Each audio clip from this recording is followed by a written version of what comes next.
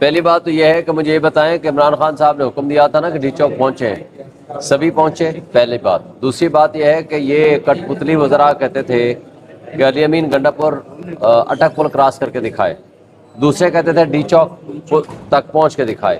تمام تر شیلنگ، فسطائیت اور یزیدیت کے باوجود لوگ ورکرز کئی دنوں کے لیے نکلے، وہاں ڈی چوک پہنچے، علی امین گنڈا پور اپنے پورے قافلے کے ساتھ پہنچا، ہزاروں کی تعداد میں شیل ان کے اوپر پھینکے گئے، اور وہ بھی ایکسپائرڈ شیل، ڈرون سے بھی، ایون ہیلی کاپٹر سے بھی شیلنگ کی گئی، مگر اس سب کچھ کے باوجود ان کے قافلہ وہاں پہنچنے میں کامیاب رہا۔ یہ ڈائریکشن تھی عمران خان کی جو کہ کمپلائی وتھ ہوئی۔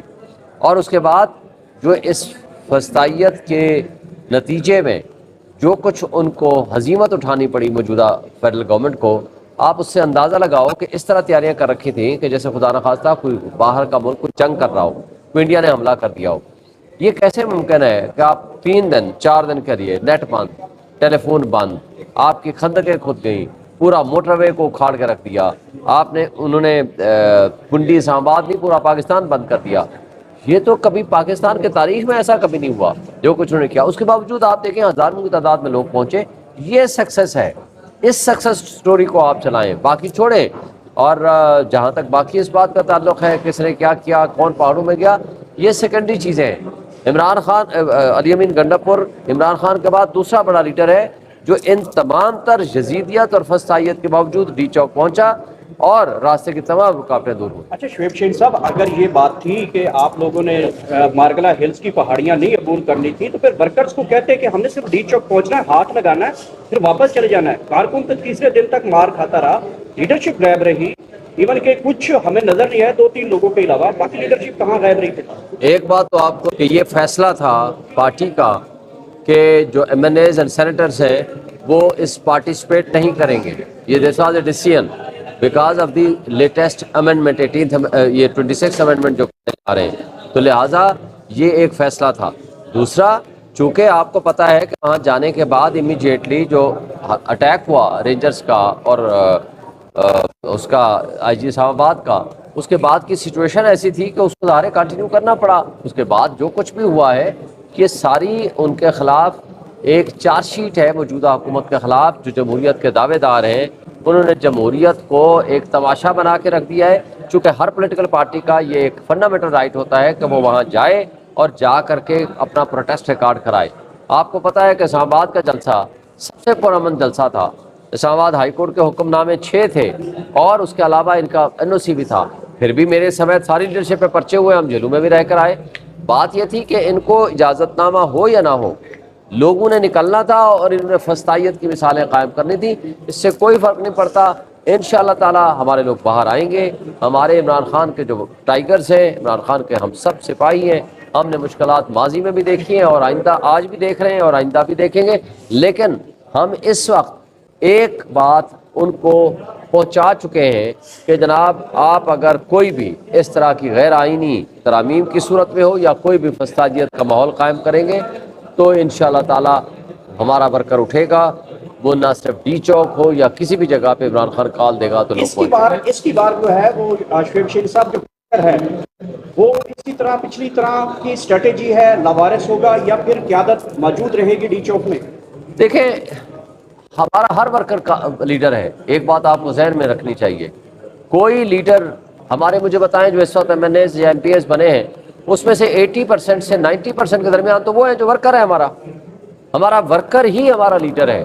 تو لہٰذا یہ کہنا کہ ہمارا لیڈر اور ورکر کے درمیان کوئی فرق ہے، کوئی فرق نہیں ہے، سب نکلیں گے، سب جائیں گے، اور جو بھی ہماری پلان اب آگے آئے گا، ابھی ہم نے کال نہیں دی، آج ہم نے کال جو دے رکھی ہے یہ ہم نے 14 تاریخ تک کی کال، 13 تک یا شاید 13 تک کی کال دے رکھی ہے، اور وہ 13 تک کی جو کالز ہیں مختلف پنجاب کے اس پہ ہیں، شہروں میں ہیں، لیکن اسلام آباد کی کال یا پورے پاکستان کی کال انشاءاللہ ہم 15 یا 16 کو دیں گے، اس کے بعد 17 یا نانورڈ ہوگی، وہ جو ہوگی وہ پوری پلان قسم کی پروگرام ہوگا، انشاءاللہ تعالیٰ آپ کو نظر آئے گا اور بھرپور کامیاب ہوگا۔ شاہین صاحب یہ بتائے گا جو بیرسٹر سیف نے رات کو ایک بیان دیا تھا، خاص کر پشتون تحفظ موومنٹ کی جو جرگے پہ حملہ ہوا تھا اس کے بعد، تو انہوں نے کہا تھا یہ پارٹی کلعدم کرا دے دیا ہے، اور جو واقعہ ہو گیا تھا اس پہ بھی کوئی اظہار افسوس بھی نہیں کیا تھا۔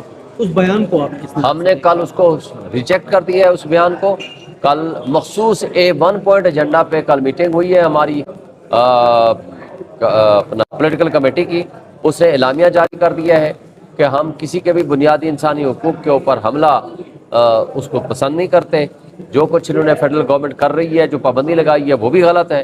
ہم نے یہ بھی کہا ہے کہ جو انہوں نے فیڈرل گورنمنٹ میں تھرو IG KPK اور وہاں جو فائرنگ کروائی ہے اس کو بھی ہم مذمت کرتے ہیں.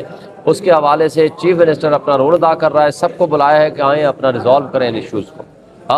ہم نے اس کو سارے ایکٹ سے ہم نے لا تعلقی کی ہے اور فیڈرل گورنمنٹ کی مذمت کی ہے کہ وہ غلط کر رہے ہیں, اور ہمارا بڑا ڈیٹیلڈ اعلامیہ جاری ہوا ہے, وہ آپ پڑھ لیں.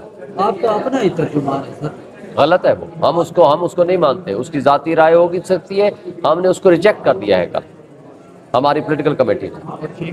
تو کیس جو ہے وہ تھوڑا سا کمزور ہونا شروع ہو جاتا ہے, کیا کہیں گے؟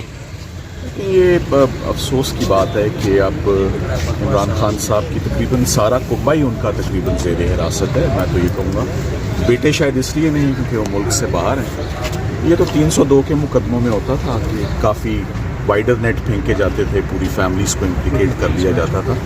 تو یہ افسوس کی بات ہے کہ دے آر علیمہ خان صاحبہ اور ان کی بہن عظمیٰ خان, یہ دے آر ایلڈرلی فیمیلز اور ان کا کوئی پولیٹیکل بیک گراؤنڈ نہیں ہے, کوئی گورنمنٹ میں ان کا کوئی عمل دخل نہیں تھا. اس کے باوجود ان کو بلا وجہ گرفتار بھی کیا ہوا ہے اور ریمانڈ پہ ریمانڈ بھی ان کا ایکسٹینڈ ہو رہا ہے. سو آج ہم امید کرتے ہیں کہ ان کو ایٹ لیسٹ ڈسچارج کیا جائے ان کو, اور ان کو اس مقدمے سے بری ذمہ کیا جائے. اس میں کوئی ایسا سچ کوئی بات نہیں ہے. سر نعیم پنجوتا صاحب جو انتظار پنجوتا صاحب جو ان کو اٹھایا گیا ہے سر, حالانکہ وہ لیگل ٹیم کے ہیڈ بھی ہیں, ان کو کیوں اٹھایا گیا سر؟ اس کے اوپر ایک پٹیشن آلریڈی فائل کر دی جا چکی ہے اسلام آباد ہائی کورٹ میں.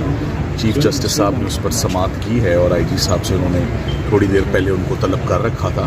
تو اس میں بھی یہ بہت افسوس کی بات ہے اور اٹ از ویری انفارچونیٹ کہ ہر وہ شخص جو عمران خان صاحب سے جڑا ہوا ہے, چاہے وہ خونی رشتہ ہے یا لیگل ٹیم کا حصہ ہے, ان سبھی کو جو ہے یہ مسائل جو ہیں وہ درپیش ہیں. ڈیفیکلٹ ٹائم ہے یہ. بہت عرصے سے پتہ تھا کہ اکتوبر نومبر جو ہے بڑا سینسٹیو ٹائم ہے اور یہ پیریڈ ہے, اور وہ بالکل جو اپریہینشن تھی وہ درست ثابت ہو رہی ہے. آپ کے سامنے ہی حالات ہیں. اب آج دیکھتے ہیں انشاءاللہ ریمانڈ ہے.